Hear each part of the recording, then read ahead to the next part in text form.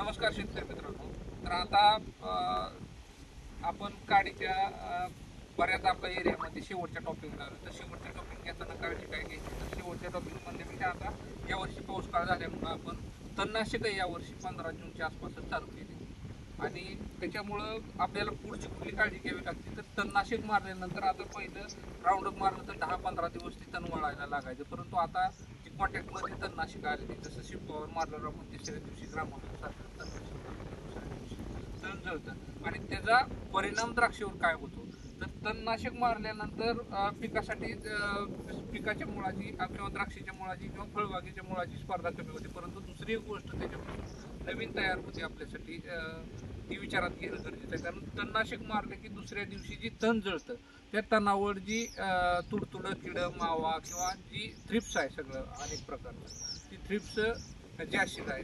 अनेक प्रकारच्या थ्रिप्सचा प्रादुर्भाव हा तिथलं त्याचं खाद्य संपल्यामुळं ती जमिनीवरचं सगळं थ्रिप्स द्राक्षीवर अटॅक करतो बरं जातं. कारण त्याचं खाण्याचं जे सगळं हे आहे ती संपल्यामुळं ते सगळं थ्रिप्स वर जातं आणि त्या 3-4 दिवसाच्या काळामध्ये पानाच्या वाट्यावर किंवा जी मोठं थ्रिप्स आहे त्यानं पानं खाल्लेली दिसते ती किंवा कुरतडलेली दिसते ती.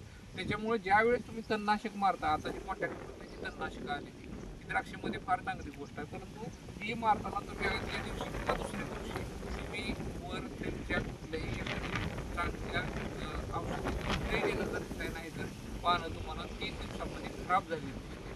आणि ज्यावेळेस गवतं सुकायला चालू होते आजूबाजूला त्यावेळेस परत परत एकदा थ्रिप्ससाठी द्राक्षावर पडण्याची शक्यता असते. शेवटच्या आठवड्यामध्ये आता 2 टॉपिक बऱ्यापैकी होता आले. तर टॉपिक झाल्यानंतर एक 10 दिवस आपल्याला थ्रिप्सची काळजी घ्यावी लागते. त्याच्यानंतर पान थ्रिप्सला तुटत नाही किंवा जाड पान झाले तर थ्रिप्सची काळजी घ्यायची गरज नाही.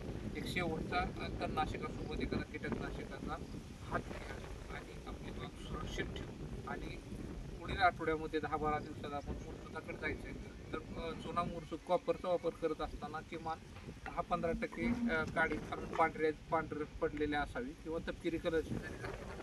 पानाचं शेवटचं जी 15 पानावरचं जी पान आहे ती त्याला मॅच्युरिटी थोडीफार आली की तुम्ही मुरसूदाकडे गेलं तरी चालतं. आणि कॉपर सुरुवात करताना कॉपरची सुरुवातीला पावनं चालू करा किंवा 0.25 कॉपर चालू करा, त्याच्यानंतर अर्ध्यावर जावा आणि अर्ध्याचं 2-3 स्प्रे झालं की शेपमध्ये राहा. आणि कॉपरचं 2-3 हात सलग घेतल्यानंतर आपली बाग बऱ्याच जसं की आपण एखादं औषध नाही मारलं तरी चालतं, परंतु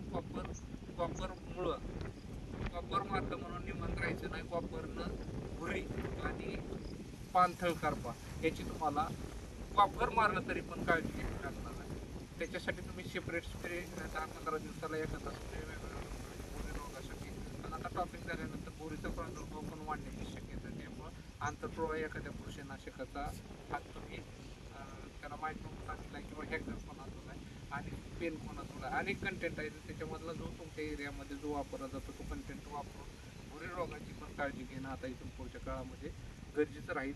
आणि यावर्षी घड निर्मिती ही तुमच्या बागा पेरू घ्यायची त्याच्यामध्ये अतिशय चांगल्या प्रकारे घड निर्मिती होणार आहे असा माझा अंदाज आहे. किंवा आता ज्या लोकांबरोबर माझी मी शास्त्रज्ञांबरोबर चर्चा केली तर त्यांना जे टेम्परेचर पाहिजे असतं तेवढं टेम्परेचर आपल्या भागामध्ये पर डे मी अतिशय जवळ बघितलं आहे. रोज माहिती घेतली तर तेवढं तापमान आपल्या इथं आलं आहे, त्यामुळे घाबरून जाण्याचं कारण नाही. निश्चित राहा, तुमच्या बागेमध्ये घड निर्मिती निश्चित होणार आहे, ज्याची फक्त निरोगी घेऊन आता पूर्वीपासून आणि